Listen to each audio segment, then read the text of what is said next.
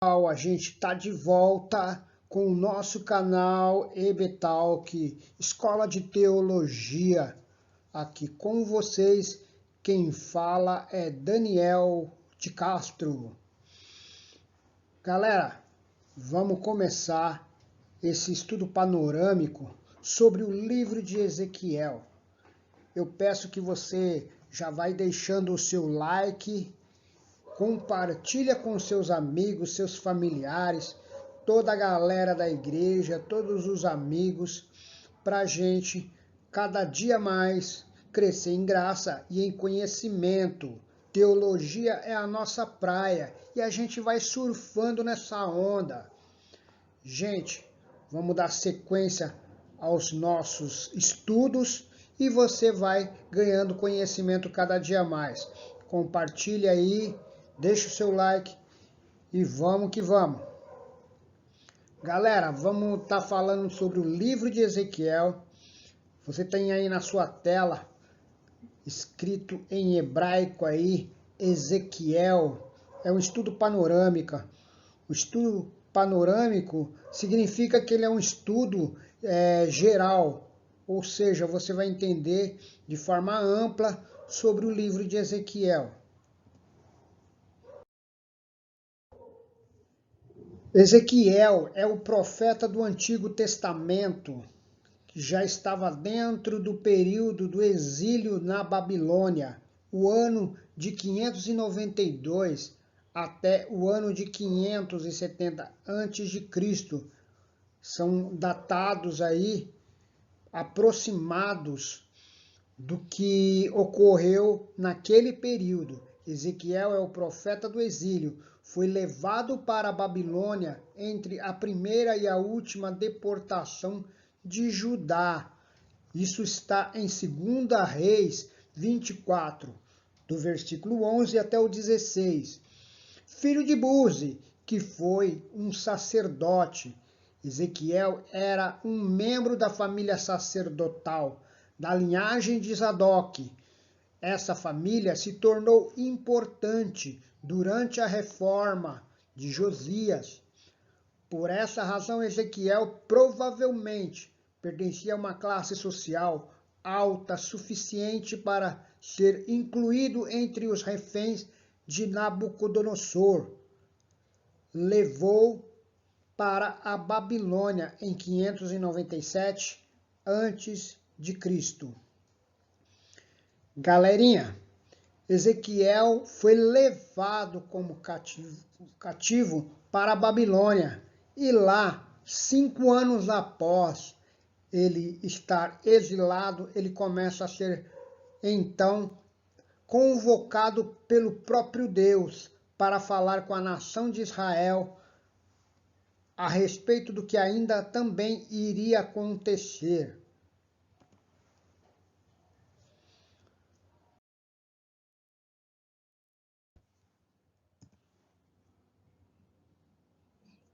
O livro de Ezequiel, de um modo geral, pode ser dividido em 2 seções. Na primeira, vemos a justiça de Deus, retribuindo o pecado. Na segunda, temos a esperança de uma restauração. O tema central do livro de Ezequiel é a glória do Senhor. O livro mostra que, apesar da bondade de Deus, Israel e Judá desobedecem ao Senhor. A situação que estava acontecendo era que Israel já tinha se afastado completamente de Deus, deixando os mandamentos que o Senhor determinou a Moisés que entregasse para o povo. Moisés entregou para o povo, como legislador do Antigo Testamento, uma aliança de Israel para com Deus, Criador dos céus e da terra. Porém, esse povo começou a se distanciar constantemente e a invocar outros deuses como Baal, Astarote, e tendo também práticas dos egípcios. O livro de Ezequiel, do 1 até o 33, a justiça de Deus. Ezequiel estava entre os exilados que foram levados para a Babilônia.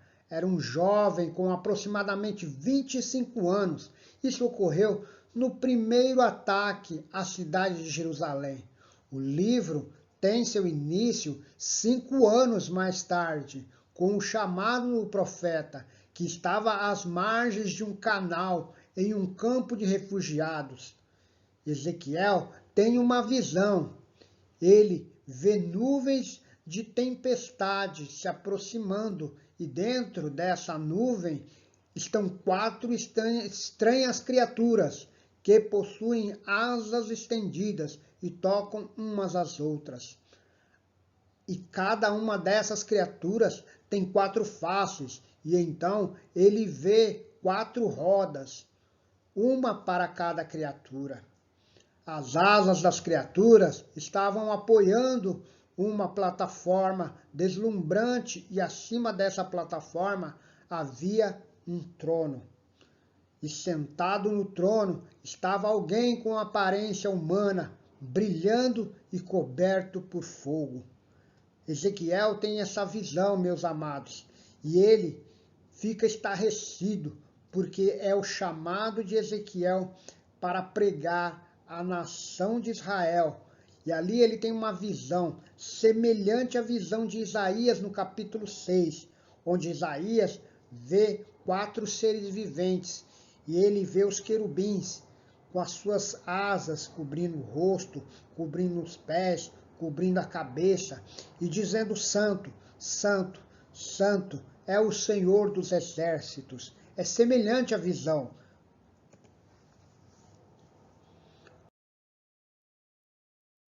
Um chamado semelhante como Isaías. Pode observar a semelhança da visão do capítulo 6 de Isaías com Ezequiel, pois ambos viram a glória de Deus um pouco diferente, mas a mesma intensidade e furor, sendo um chamado para exortar e edificar e consolar o povo, o seu povo. Prova viva que Deus está sempre no controle da história e do tempo.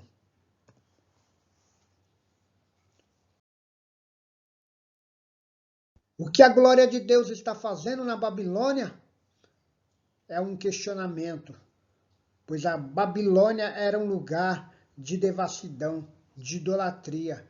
Um segundo ataque babilônico seria igual ou pior que o primeiro ataque, que levou Ezequiel para o exílio.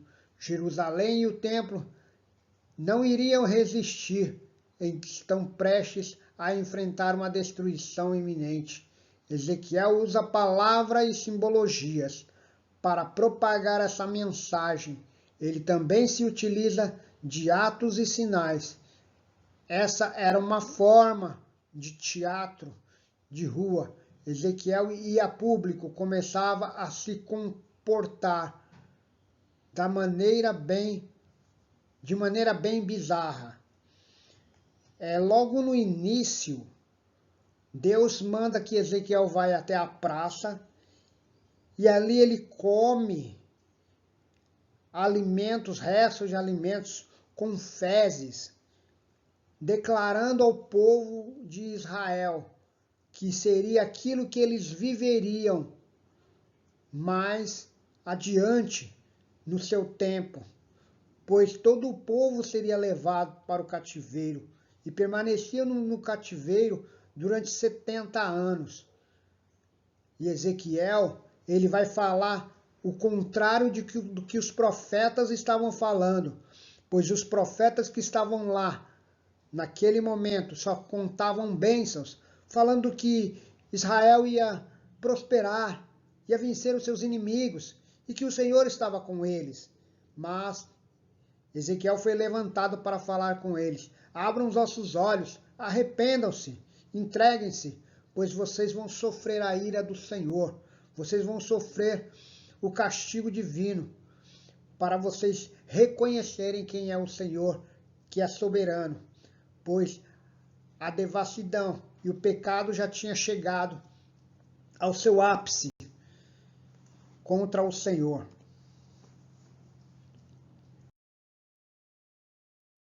Como o profeta se expressava, Ezequiel usa palavras e simbologias para propagar essa mensagem.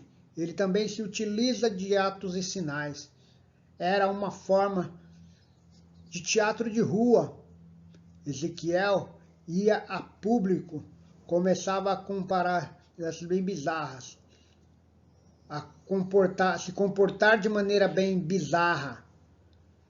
Era como se fosse parábolas, suas mensagens proféticas. Então a gente vai encontrar dentro do livro de Ezequiel palavras cheias de alegoria, palavras simbólicas, cheias de simbolismo, mas profética para o tempo em que Ezequiel estava vivendo e que Israel ainda viveria, pois o tempo do exílio ainda seria um tempo muito longo. Deus usa o profeta de forma bizarra. Então ele deveria construir um pequeno modelo de Jerusalém e encerrar um ataque sobre ela. Ele devia raspar a cabeça e então cortar os cabelos com uma espada. E o mais extremo devia fazer o papel do bode expiatório no dia da expiação. E para ficar deitado de lado durante um ano, comendo comida cozida com fezes, como um sinal das coisas nojentas que o povo iria comer durante o cerco em Jerusalém. Isto era um ato simbólico que Israel viveria, sendo representado por Ezequiel.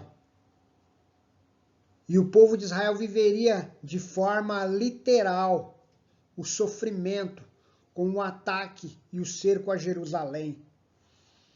Por isso Ezequiel representava de forma teatral. Ele ficou deitado durante um ano, comendo comida cozida com fezes. É dramático, meus amados. É dramático quando um povo ele não enxerga o pecado, quando a nação não enxerga que está caminhando pela devassidão. Hoje, nos nossos dias, não é diferente. O povo caminha pela devassidão.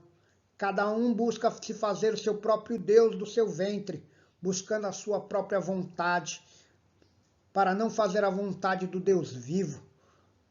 Pessoas que buscam a Deus com o intuito de obter algum benefício, alguma riqueza, algum emprego, alguma coisa, mas o seu coração, o amor a Deus está distante deles, porque eles não conseguem amar ao Senhor e nem amar o seu próximo como a si mesmos. Esse é o caminho do fim. Precisamos ficar alertas.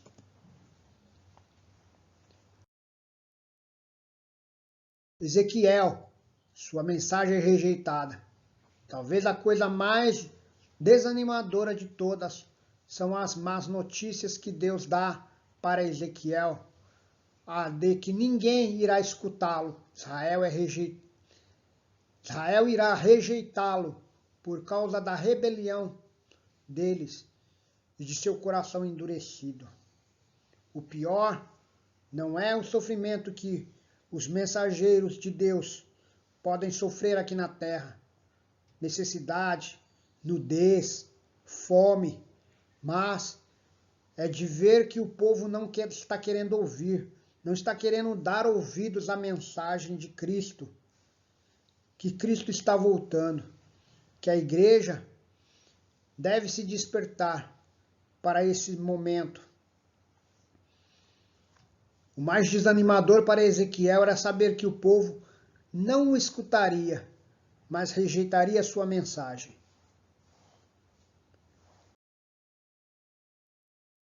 Mas a casa de Israel não te quererá ouvir, pois eles não me querem escutar a mim, porque toda a casa de Israel é de fronte, obstinada e dura de coração. Ezequiel 3, verso 7. O templo está contaminado. Capítulo 8. Um ano após a primeira visão, que é levado a um tour pelo templo. E ele vê o que está acontecendo lá, em sua ausência. E não é nada bom.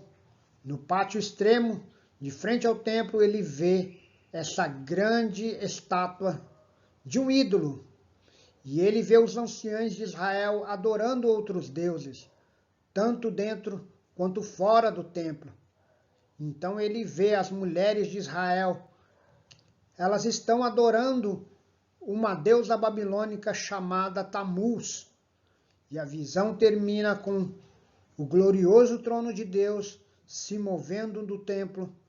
Ele vai em direção a leste, rumo à Babilônia e rumo ao Monte das Oliveiras.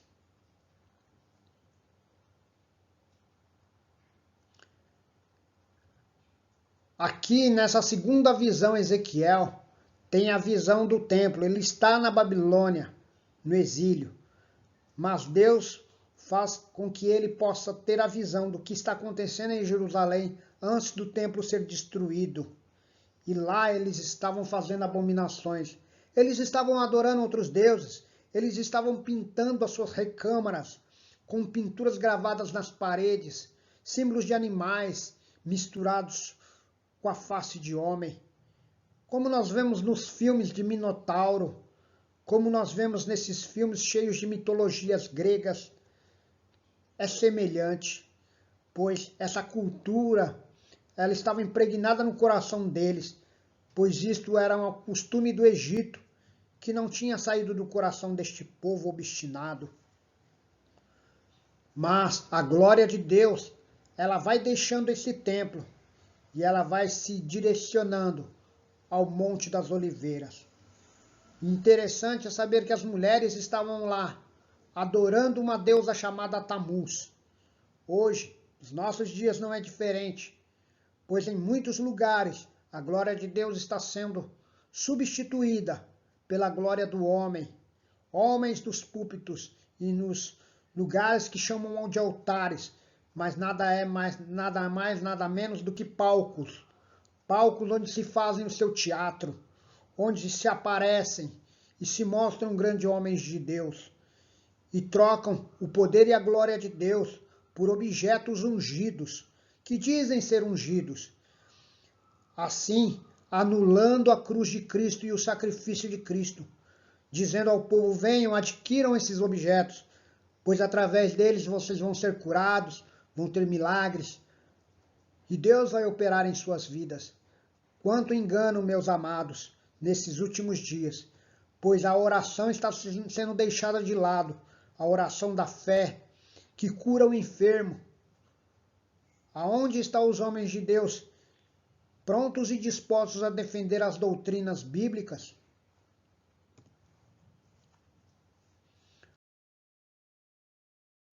A segunda parte do livro, o capítulo 11, e então o capítulo 11, nós vemos o porquê e como a glória de Deus apareceu a Ezequiel na Babilônia.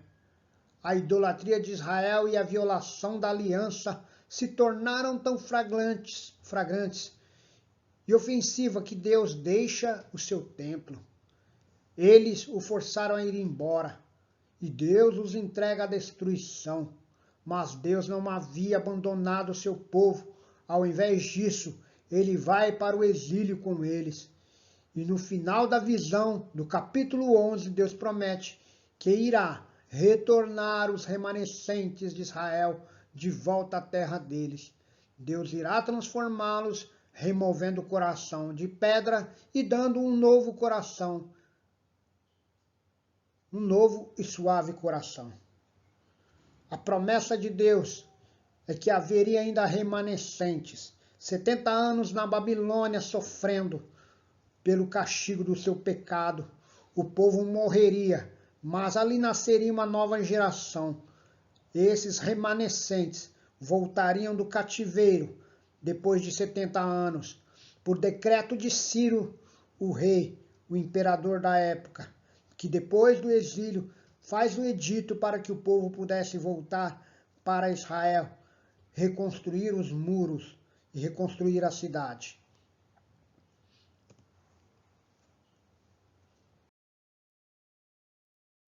O pano de fundo do livro de Ezequiel.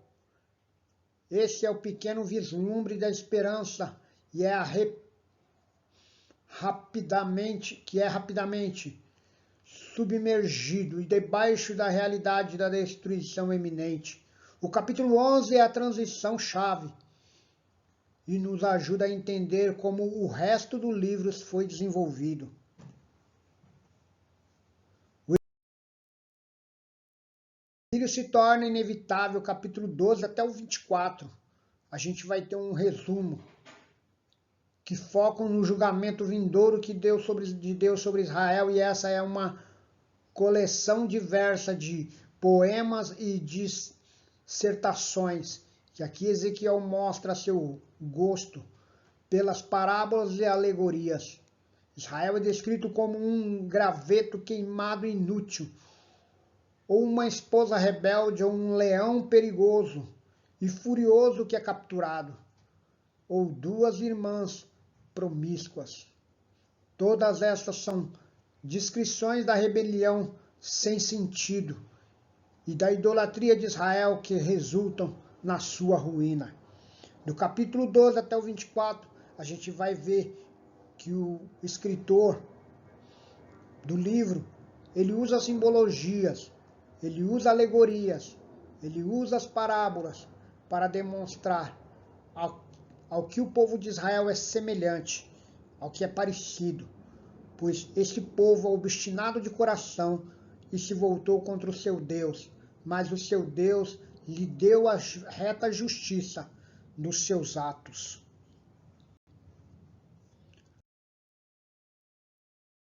A destruição de Jerusalém. Chegou o dia, chegou o momento. Jerusalém é invadida, destruída. O templo é destruído, o templo acabou. O templo foi a ruína. E para eles era a ruína da sua nação, a destruição do seu templo. Deus não deixou pedra sobre pedra naquele lugar. E o povo foi levado para a Babilônia.